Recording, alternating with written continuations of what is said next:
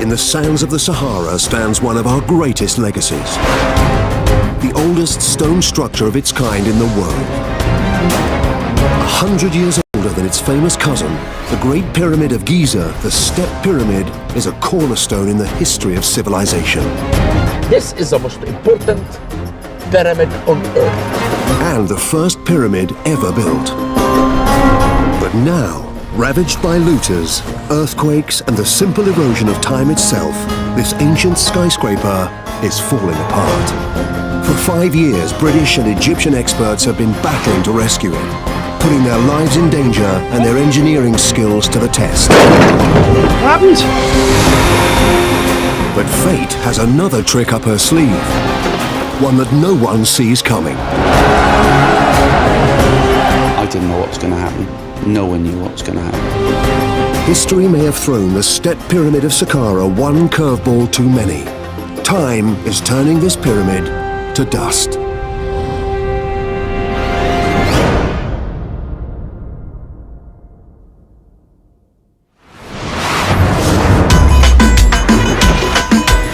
Cairo, Africa's largest city, and the cradle of civilization, where ancient history dominates a modern skyline.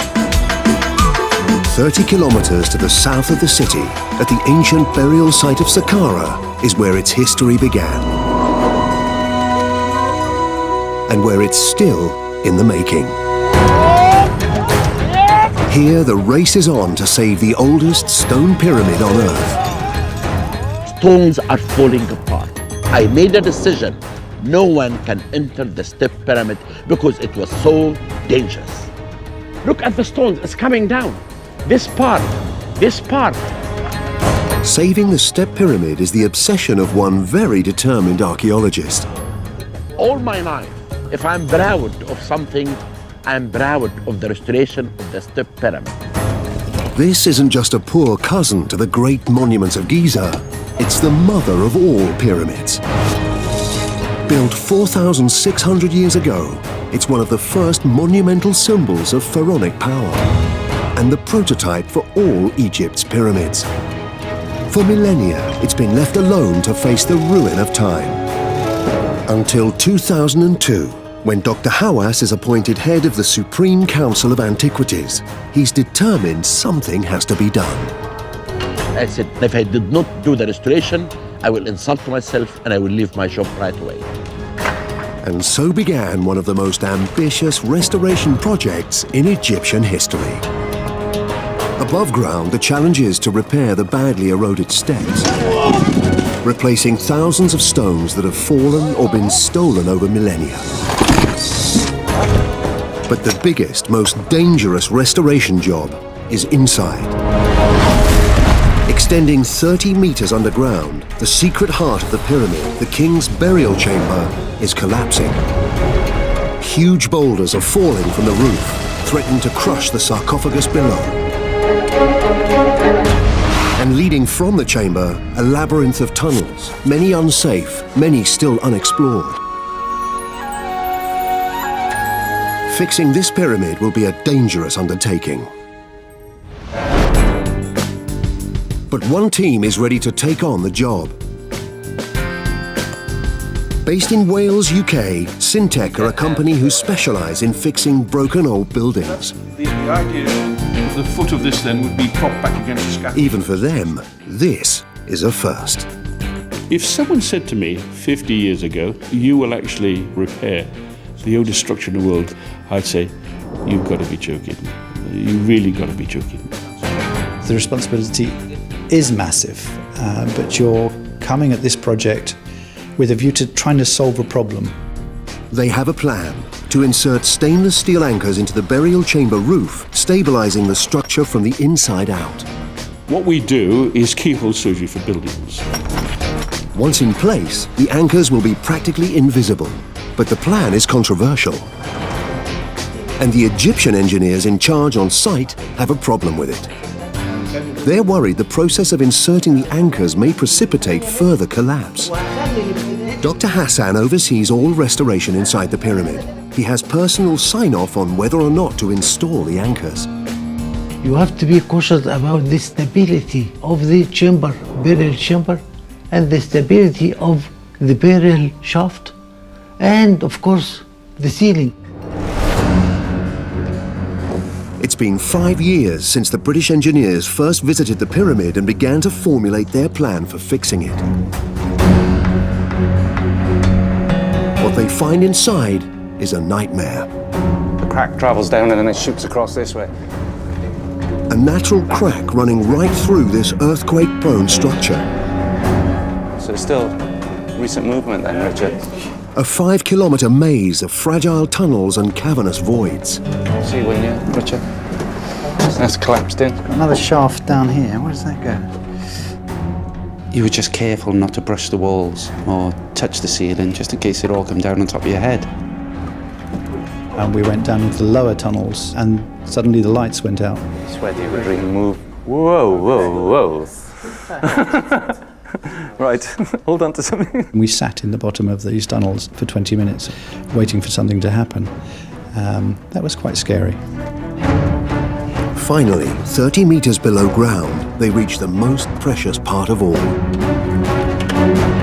A king's burial chamber that's collapsing in on itself, burying everything beneath. This one of the main support beam. And when I saw the amount of stones that had fallen from that ceiling, I just couldn't believe it. Wow. And then I looked up, and that was even more frightening.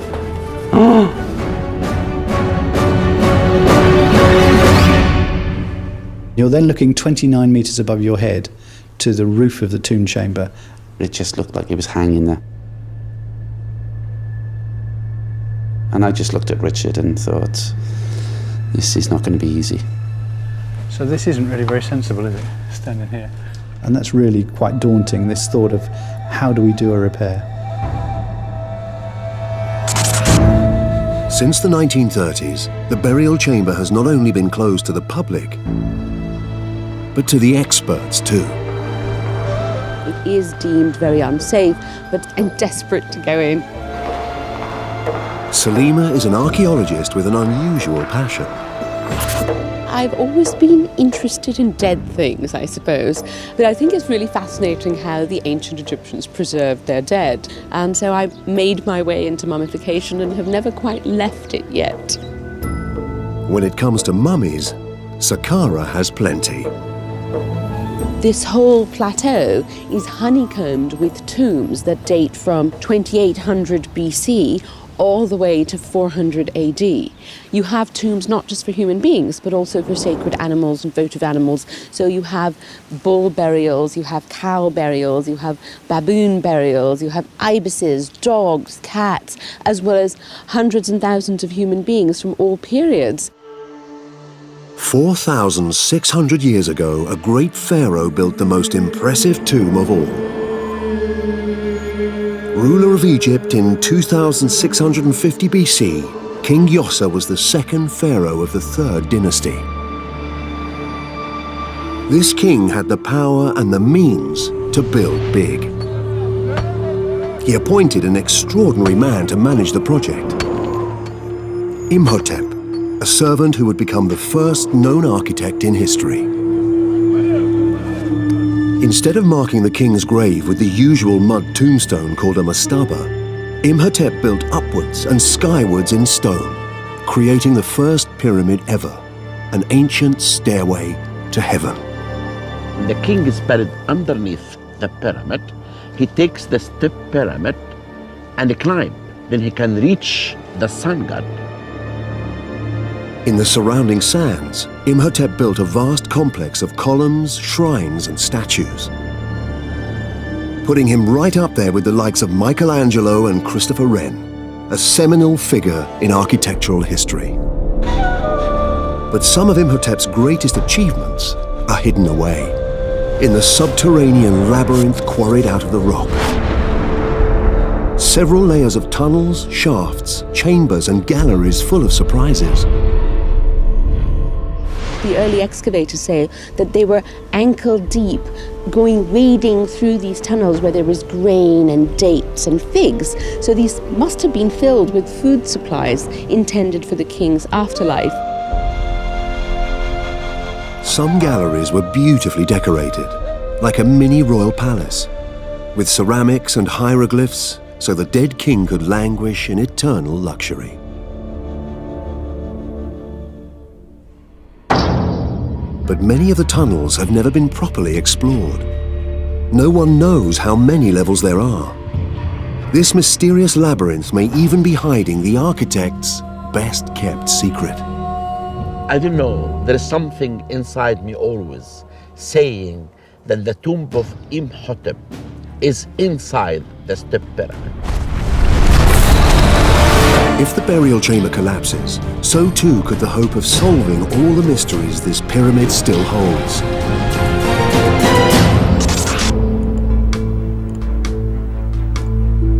Ever since their first visit to the pyramid, the British engineers have been making plans to return to fix it. Dennis wants to drill up to 5 meters into the burial chamber roof to insert the reinforcing stainless steel anchors. These anchors pin all the blocks that are holding the ceiling up now and transfer that load higher up into the pyramid, preventing collapse. The Egyptian engineers are still unconvinced. They're worried inserting stainless steel anchors could precipitate a collapse in the roof. And we would only know the length after we've done some trial drillings. They came here and we discussed and they refused and we refused, and it's still up till now and we discussed.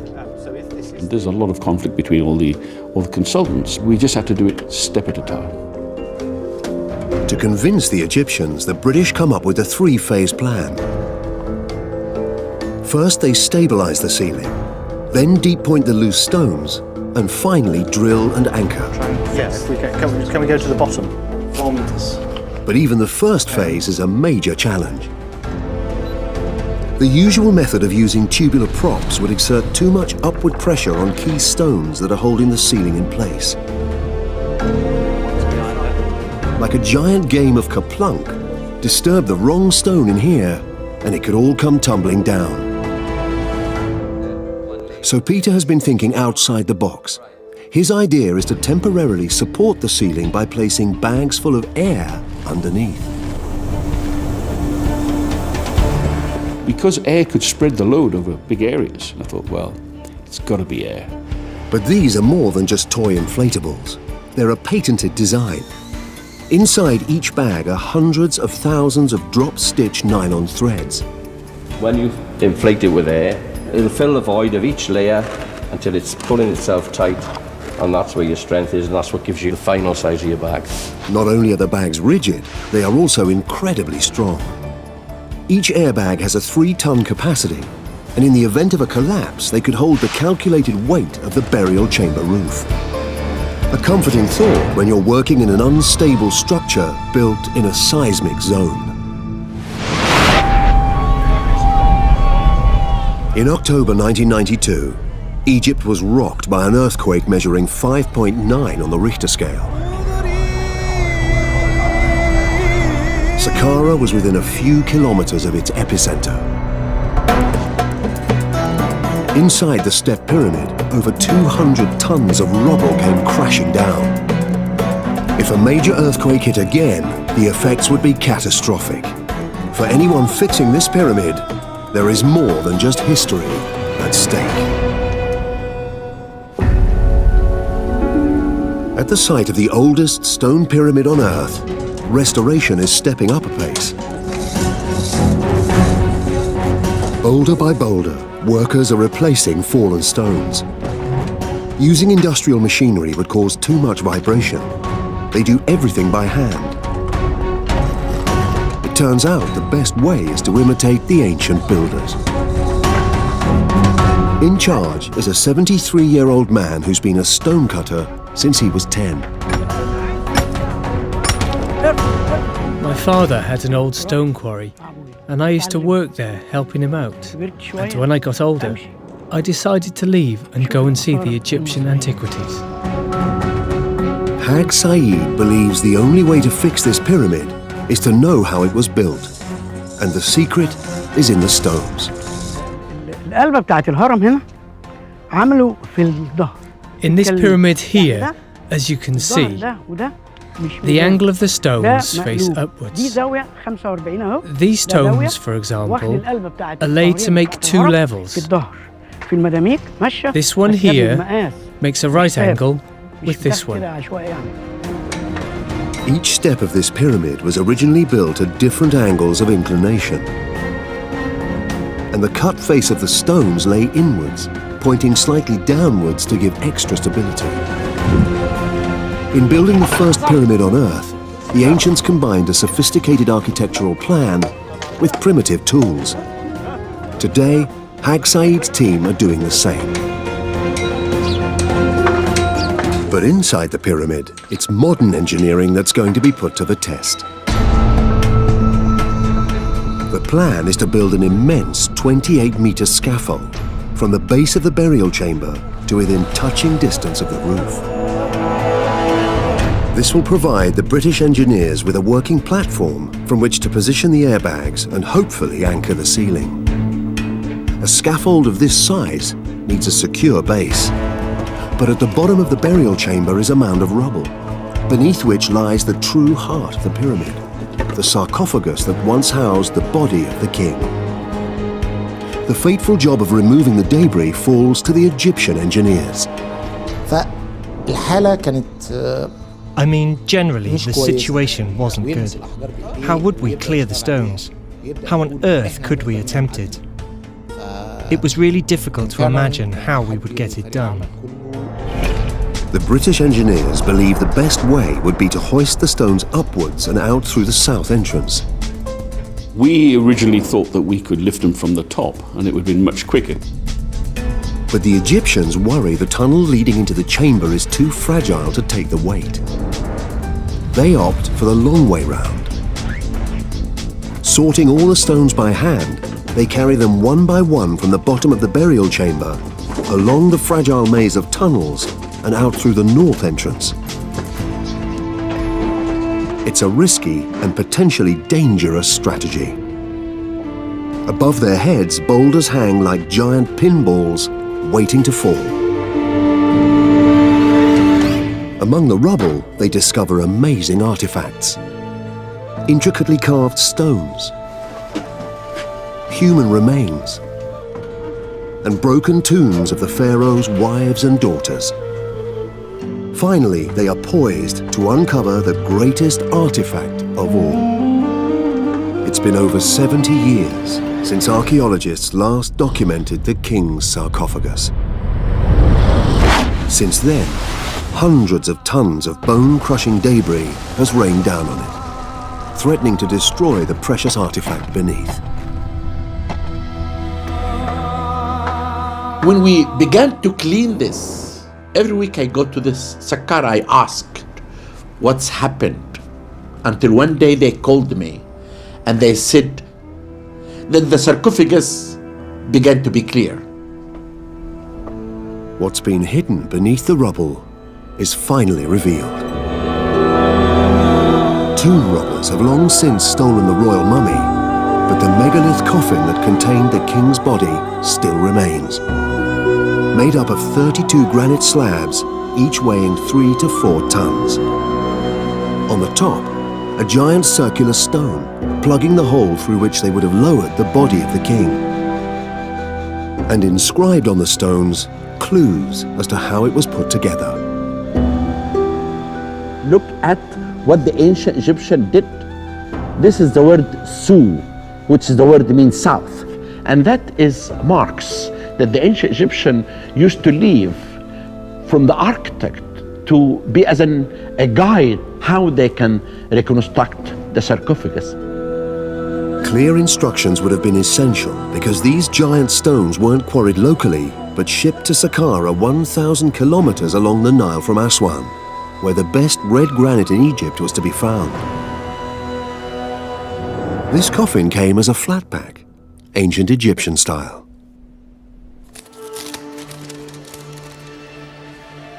For Salima, who specializes in Egyptian death rituals, seeing images of the newly cleared burial chamber is a revelation. They're the stars. And the excavators talk about these stars as being part of an original roof So there was an original ceiling, it was another sort of chamber above the sarcophagus chamber. This room above, long since destroyed, was the preparation room in which the king's body was blessed before being lowered into the sarcophagus chamber. This had probably a vaulted roof and you had stars on it. The place where the king was clearly in the afterlife. He'd moved on and he'd become one with the gods and the imperishable stars. The newly unearthed monument provides invaluable clues in the quest to discover how exactly the king was buried. The greatest clue is the granite plug. That's what we want to pause, really, because that's the extraordinary thing. The question is, would this hole be large enough for a mummified body that is very stiff to be brought through without damaging the body? The size of the plug suggests that not all the sarcophagus was in place when the king's mummy was laid to rest. Because if one's really wrapped up, if a mummy is covered with layers and layers of linen, you can't just go plop and expect that it would slide down. So there had to be people down in there to sort of receive the body and to maneuver it down through this hole, and then they would have crawled out and maybe pushed the last bit of the sarcophagus sort of top into place, and then you'd put the plug in. Back on site, there's a problem. Now they've cleared the last pieces of rubble, the engineers confirm everyone's worst fears. The sarcophagus is damaged. Without the tightly packed rubble to hold it in place, pieces of the coffin are falling away. We have to tighten it together, not to have any kind of collapsing. The engineers move quickly, propping one side with steel, binding the rest together with straps and wood. It's only a temporary measure. The only long-term solution is to fix the ceiling and prevent any further stonefall. And no one is more keen to get on with it than the British engineers. We start to put our scaffolding up. For months now, they've been desperate to get back on site to position the airbags and persuade the Egyptians that their stainless steel anchors will reinforce the roof. But the scaffolding that will provide them with a working platform isn't even built yet. We were in limbo at that time. You would ring up and say, how's it going? And they'd say, 2 weeks. And then you ring in 2 weeks' time, they say, well, how long? 2 weeks. So eventually you say, okay, give us a ring when it really is finished. We were at home waiting and waiting and waiting. At last, and surprisingly, there's a breakthrough. Hello? Give us a phone call out of the blue. Scaffolding's up. Can you come out? Scaffolding's up. I couldn't believe it. To get onto a platform. Finally, they have a working platform. Bye. An emergency meeting is called.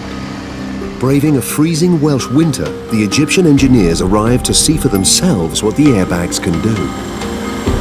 We will not at all exert we're not going to jack it up. We're just touching. The trick will be when we go inside.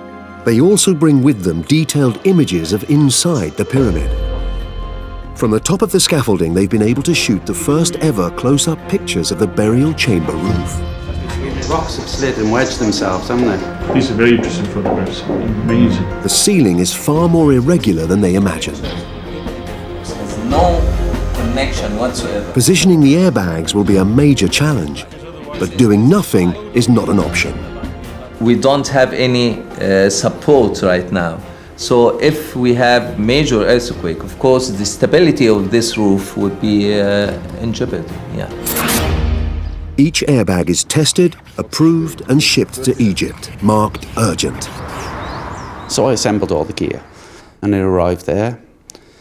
I booked my flights for January the 7th, and everything went the revolution.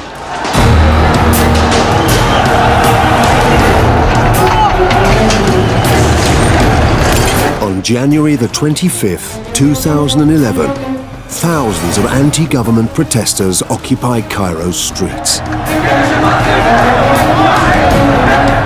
They call for the resignation of President Mubarak, who's held power in Egypt for over 30 years.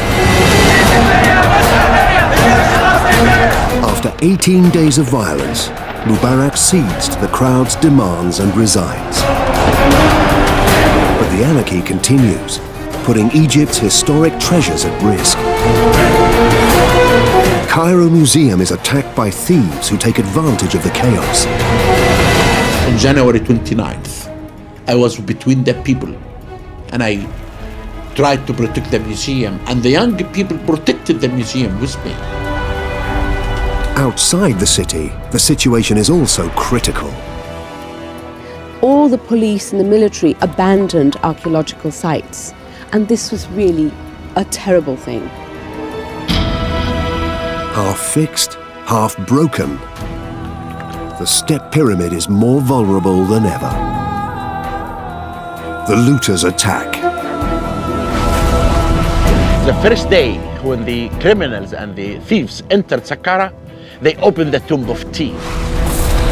They opened the tomb of Meneruka. They opened all this famous tomb. Throughout Egypt, the chaos continues. And I was watching on the telly and I was getting scared. Scared because there was no police there. All my equipment was there. Was it still going to be there when I got back into the country? Our agents didn't know any better as well. You could ring them and say, what's going on? They said, we have no idea. And the question then was, how long is this situation going to prevail before we can actually get there and intervene? I said to myself, Saqqara is finished. Abandoned, laid bare again by savage history, in the story of this pyramid, maybe the final die is cast. 4 months later, the worst of the violence in Cairo recedes. Egypt is moving on. But the effects of the revolution are still resonating far and wide. At Saqqara, the race to save the pyramid is at a standstill. The work was stopped completely because they said there is no money. But the human earthquake of the revolution is followed by another aftershock. Dr. Hawass receives reports of a seismic tremor on site. Some stones from here, you can see, fell down. The shaking came to the most sensitive and weak part in the pyramid, this room. This is the 3 stones that came down from this area. And this is why it was also a red flag to us. It's saying, start quickly, restore the pyramid. Now at last, the British engineers get the call they've been waiting for. And they keep ringing me every week. Mr. Dennis, we need you out here, we need you out here. So we travelled in May. A quick check confirms that their luck has held. The equipment survives untouched. After so much uncertainty, they can finally get on with the job of installing the airbags. From the scaffolding that now fills the burial chamber, they get a close-up view of the challenge ahead. It was actually the first time that we had been in there and seen what we were up against. The higher they go, the worse it gets. We went up the ladder to the top deck. We just sat on the scaffolding, looking at the surrounding roof structure, which was nothing like we thought it was going to be. And I looked up at the ceiling. Now you're only inches from it. And there was just lots of mud, lots of clay. And it was frightening. And there was just this weird feeling. You felt as if there was a presence in there, and it wasn't me and Dennis, put it that way. I don't like it up here. From that on, we thought, well, let's just get on with it and see what we're going to do. I didn't touch it. But before they start to install the airbags, Dennis must adjust the scaffolding. Right now, there's nothing anchoring it to the burial chamber wall, and it's moving. Too much for Dennis's liking. anyone going down the stairs or anything introduce so much vibration and swaying into the scaffolding. There's too many people up here. It's safety. He's on about all this safety. Get out here, otherwise we're not starting. Dennis insists that they install reinforcing braces to minimize movement. We don't want any vibrations in here. Though that carries its own risks.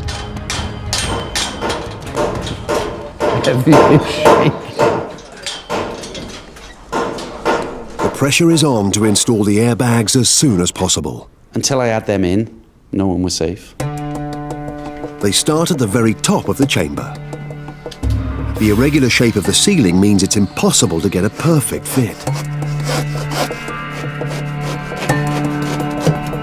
Dennis and Mike carefully pack the voids with high-density foam. Any upward pressure could dislodge the fragile stonework. There was rocks falling. You'd only have to bump your head on one and it'd fall down.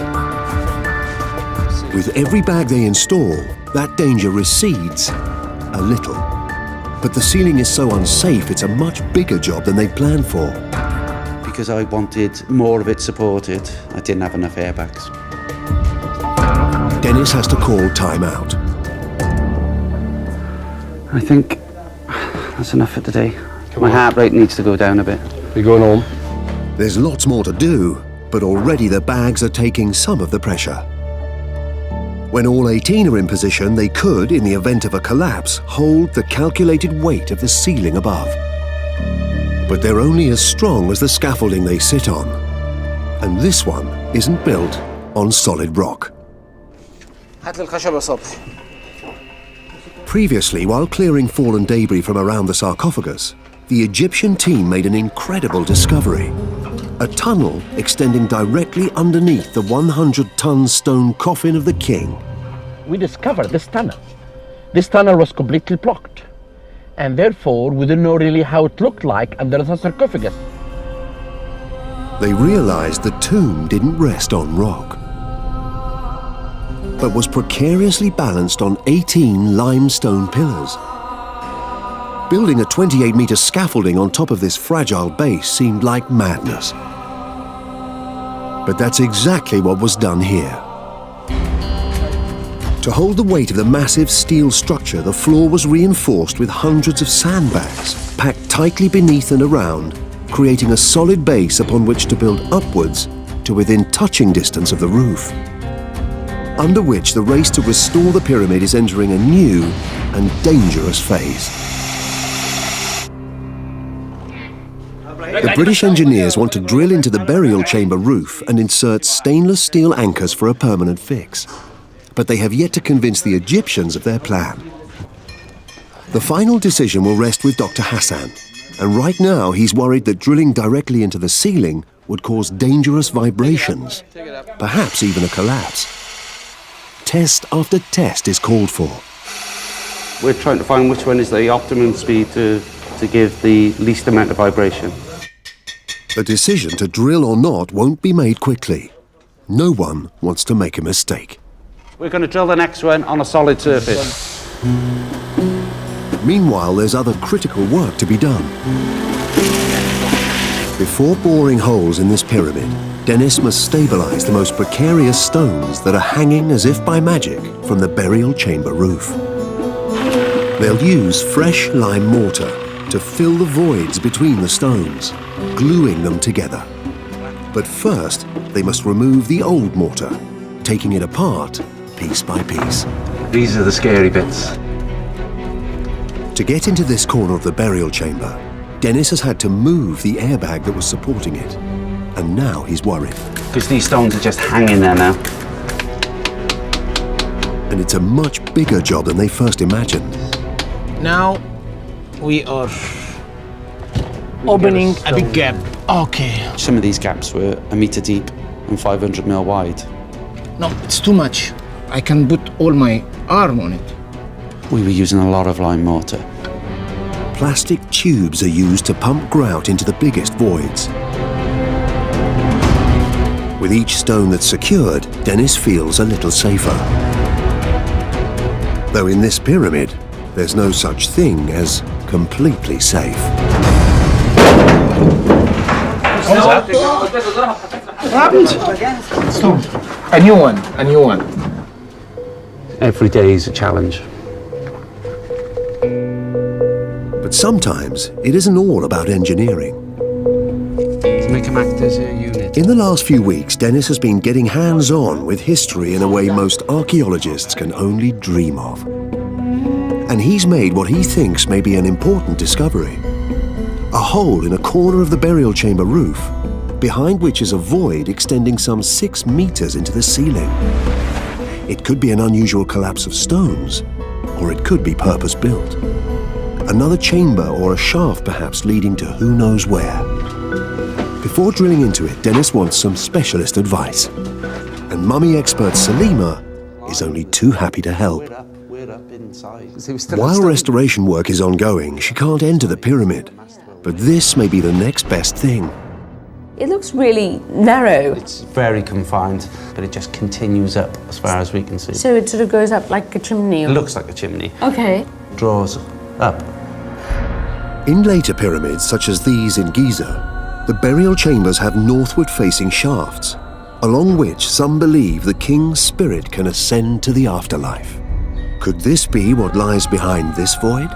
So wait, so you mean this is like the passages in the Great Pyramid, so this would be a precursor? This is facing north as well. Really? And they like it to face north. Yeah, of course, that's the entryway, that's the North Star, that's where you become one with the stars. Oh, how nice. Only when it's fixed will archaeologists be able to investigate this pyramid's many mysteries. On the outside, day by day, progress is reaching new heights. While on the inside, the race to restore the burial shaft is entering the most critical phase of all. That's what we're trying to prevent, catastrophic collapse. Syntec's plan has always been to insert stainless steel anchors to secure the burial chamber roof. But they still need final sign-off from the Egyptian experts, and they don't have it. We need a decision. No one has said yes. To help force a decision, Dennis has called Richard and Peter to site. Actually drilling some holes in the pyramid chamber was a major step. I think the most dangerous areas were the stones that apparently had no connection to the rest of the body of stonework. The chimney, as Dennis calls it, is a real worry. This is very fragile. It's all tenuously held together. There can be no more delays. What we need now is someone to say go. The engineers must decide whether to drill or not. These are going to be working anchors. I'm going to install anchors in these today. So it's a cable we're putting in. Yeah. A deal is struck. All right. Okay. Let's start the second. The first anchor will be drilled in the far corner of the chamber wall, and X marks the spot. They'd come to this position where they were now willing, and not only willing, but keen for us to get on with it. But then it come the day of the drilling. It was just taking it really carefully. This time, Dennis's right-hand man is drilling technician Malcolm.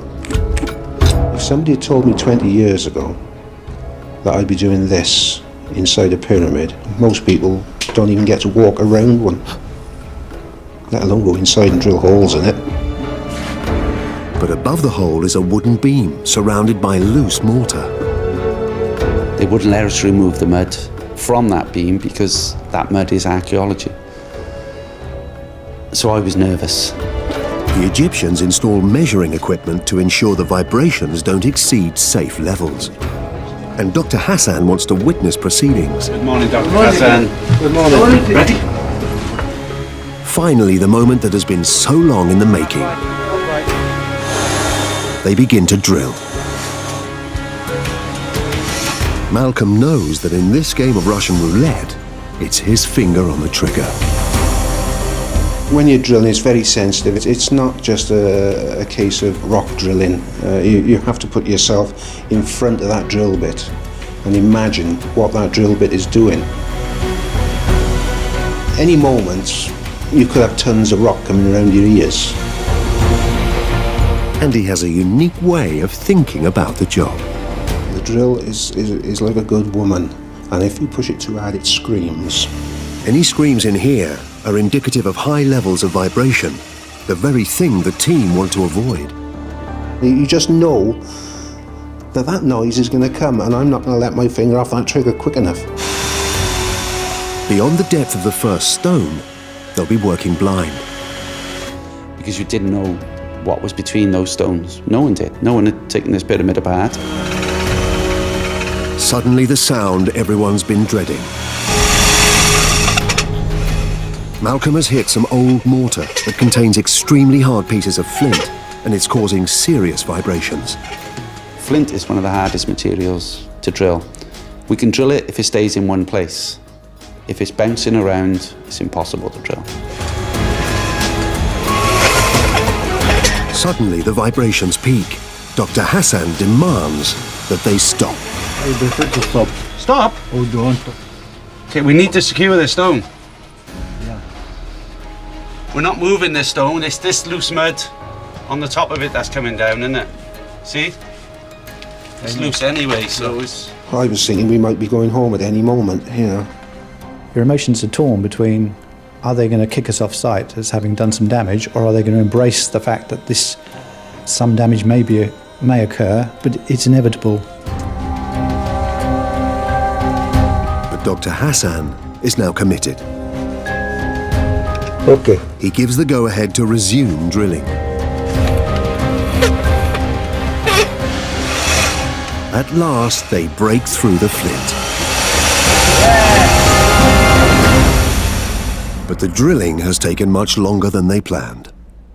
And we ran out of time to install the anchor that night. I always worry about things. You know, if something happens in the pyramid, I'll think about it that night. I was worried about that hole that we drilled and leaving it open, because we've taken something out of the pyramid without putting anything back. We were really keen to get those anchors in because those stones were defying gravity. You just can't afford that.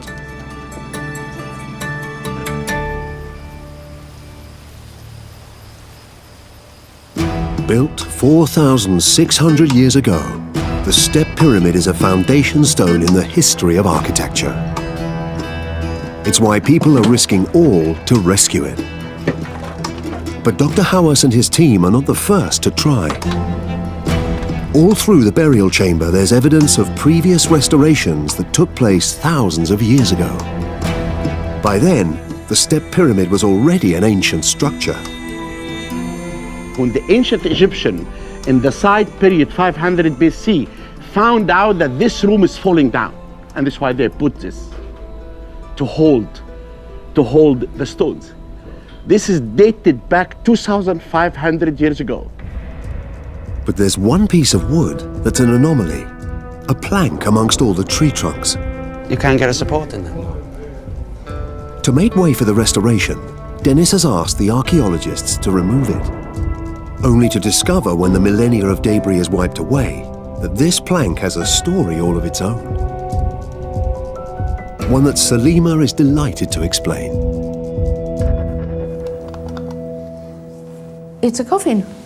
It is it? It's a coffin of the late period, probably 26th or later. Can you go next? Oh, wait, go back. Oh, that's probably the dead person. Techen something? Some of the hieroglyphs are instructions for the dead person in the afterlife. I shall not walk backwards. I shall not stand upside down. I shall not eat excrement. Those are all things that they say. Obviously, one needs to look at the text more carefully, but we can try and at least start to understand what went on.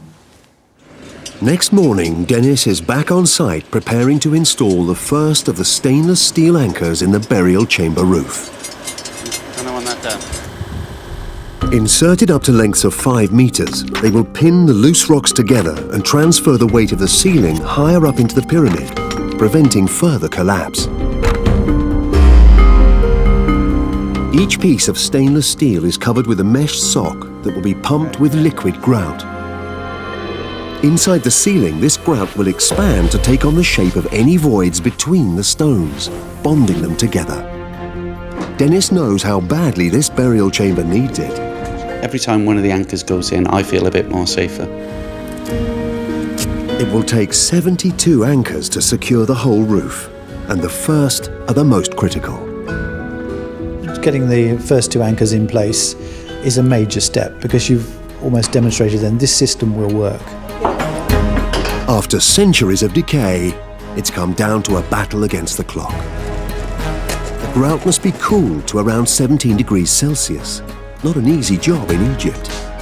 The temperature of the water out here from the tap is about 24 degrees, which is too warm to mix the grout, so we have to use ice to cool the water down. If it's left too long, the grout goes off and won't flow around the anchor. Each of the anchors can take a capacity of up to 8 tons. It gently does it. Debris could have gathered in this hole overnight, and if the sock rips, the anchor will be ineffective. At last, they inject the grout and start to plug the holes. It's the first one? Yep, one done. The race to save this pyramid is not over, but an end is in sight. That was the trickiest one, that first one going in. And it's just a case of repeating itself now. Brilliant.